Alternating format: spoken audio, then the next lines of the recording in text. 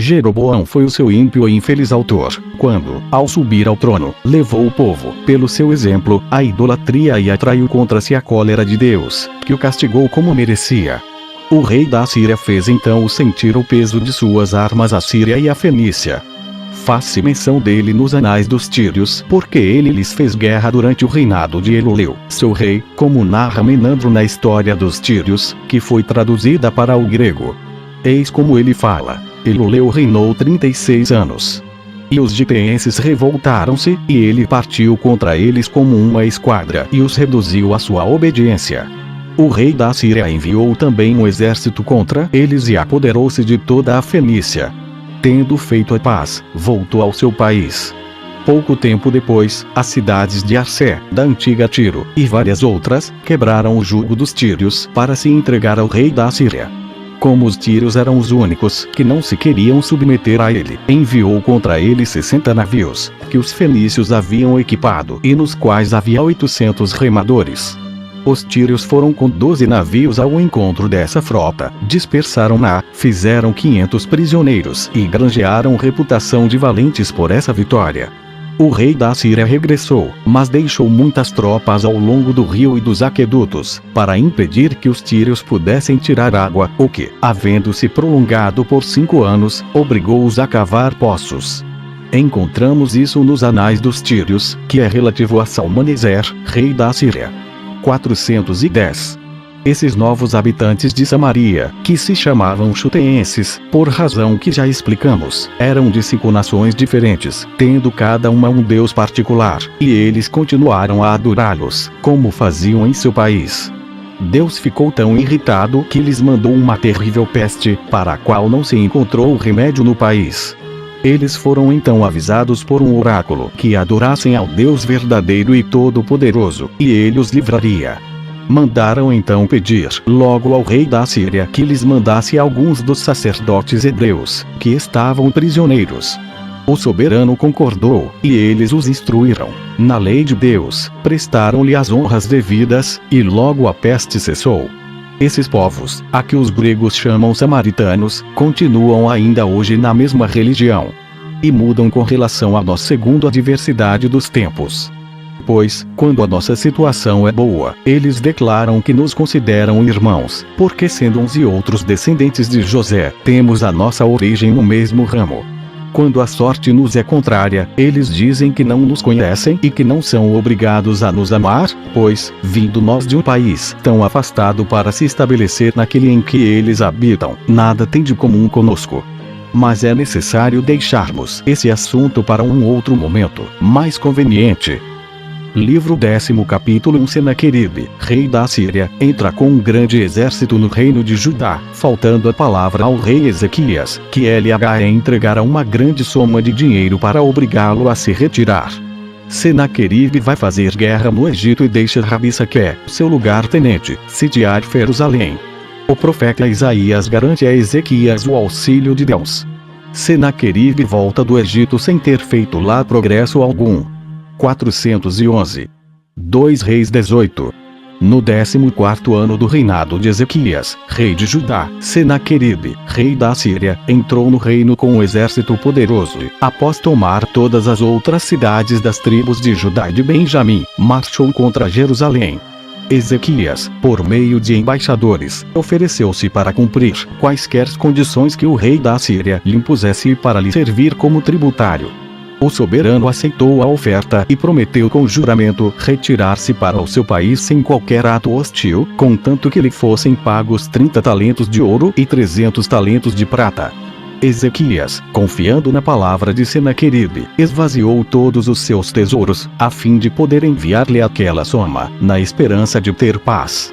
Senaqueribe, todavia, depois de receber o dinheiro, não manteve a palavra e, enquanto marchava em pessoa contra os egípcios e os etíopes, deixou Rabissaque, seu lugar-tenente e general, com numerosas tropas, auxiliado pelos seus chefes principais, 2 generais, de nome Tartã e Rabissaris, para continuar na Judéia a guerra que lá havia começado. Esse general aproximou-se de Jerusalém e mandou chamar Ezequias, a fim de conferenciarem. Mas o príncipe, desconfiando dele, contentou-se em mandar-lhe 3 servidores da maior confiança. Eliaquim, mordomo-mor do palácio, Sebna, secretário, e Joá, intendente dos registros. Disse Rabsaque, em presença de todos os oficiais de seu exército: voltai a vosso amo e dizei-lhe que Senaqueribe, o grande rei, pergunta em quem ele confia para recusar receber o seu exército em Jerusalém. Se for no auxílio dos egípcios, é de se dizer que ele perdeu o juízo e que se parece com quem se apoia no caniço, o qual, em vez de sustentá-lo, quebrar-se-á, ferindo-lhe as mãos. Quanto ao mais, saiba ele que é por ordem de Deus que o rei empreendeu esta guerra, e assim, o resultado será como o daquela que fez aos israelitas, e ele se tornará do mesmo modo o senhor desses dois reinos. Rabsaque falava em hebreu, que conhecia muito bem. Eliaquim, temendo que os colegas se assustassem, pediu-lhe que falasse em siríaco.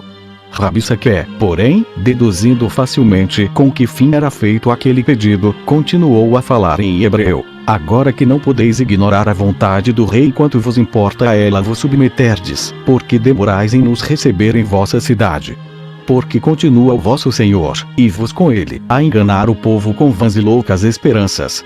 Se vos julgais bastante fortes para nos poder resistir, mostrai-no-lo, opondo 2000 de vossos cavaleiros ao mesmo número que eu farei avançar de nosso exército. Mas como poderíeis fazê-lo, se não os tendes? E por que vos demorais em vos submeterdes àqueles aos quais não podeis resistir? Acaso ignorais a vantagem de fazer voluntariamente o que não é possível evitar e o grande perigo que é esperar ser a isso obrigado pela força? 2 Reis 19, essa resposta pôs o rei Ezequias em tal aflição que ele deixou as vestes reais para se revestir de um saco, segundo o costume de nossos pais. Prostrou-se com o rosto em terra e rogou a Deus que o ajudasse naquela contingência, em que não podia esperar outro socorro senão o dele. Mandou alguns de seus principais oficiais sacerdotes rogarem ao profeta Isaías que oferecesse a Deus sacrifícios e lhe pedisse para ter compaixão de seu povo e abater o orgulho que dava aos inimigos tão grandes esperanças. O profeta fez o que ele desejava e logo depois, por uma revelação de Deus, disse-lhe que nada temesse, garantindo que Deus confundiria de maneira estranha a ousadia daqueles bárbaros, e eles se retirariam voluntariamente, sem combater.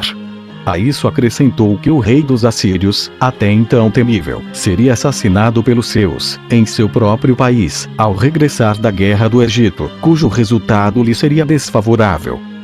Nesse mesmo tempo, o rei Ezequias recebeu cartas daquele soberano, pelas quais lhe dizia que ele, Ezequias, parecia ter perdido o juízo, para persuadir-se de poder isentar-se da submissão ao vencedor de tão poderosas nações, e ameaçava exterminá-lo com todo o seu povo, se ele não abrisse as suas tropas às portas de Jerusalém. A firme confiança que Ezequias tinha em Deus levou-o a desprezar essa carta. Então dobrou-a, colocou-a no templo e continuou as suas orações a Deus. O profeta mandou dizer-lhe que elas haviam sido ouvidas por Deus, que nada devia temer das armas assírias e que logo ele e todos os seus súditos ver-se-iam em condições de poder cultivar em completa paz as terras que a guerra os obrigara a abandonar. Senaqueribe estava na ocasião ocupado com o cerco de Pelusa, no qual já gastara muito tempo. E, no momento em que as plataformas se elevaram à altura das muralhas e ele estava para dar o assalto, foi avisado de que Targise, rei da Etiópia, marchava com um poderoso exército em auxílio dos egípcios e vinha pelo deserto, para surpreendê-lo. Ele então levantou o cerco e retirou-se. Heródoto, falando de Senaqueribe, diz que ele fazia guerra ao sacerdote de Vulcano. É assim que ele chama o rei do Egito, que era sacerdote dessa falsa divindade. E acrescenta que o que o obrigou a levantar o cerco de Pelusa foi que, tendo aquele rei e sacerdote implorado o auxílio de seu Deus, veio à noite uma tão grande quantidade de ratos ao exército do rei dos árabes, no que esse historiador se engana, pois devia dizer dos assírios, que as cordas dos arcos foram roídas e todas as outras armas ficaram inutilizadas.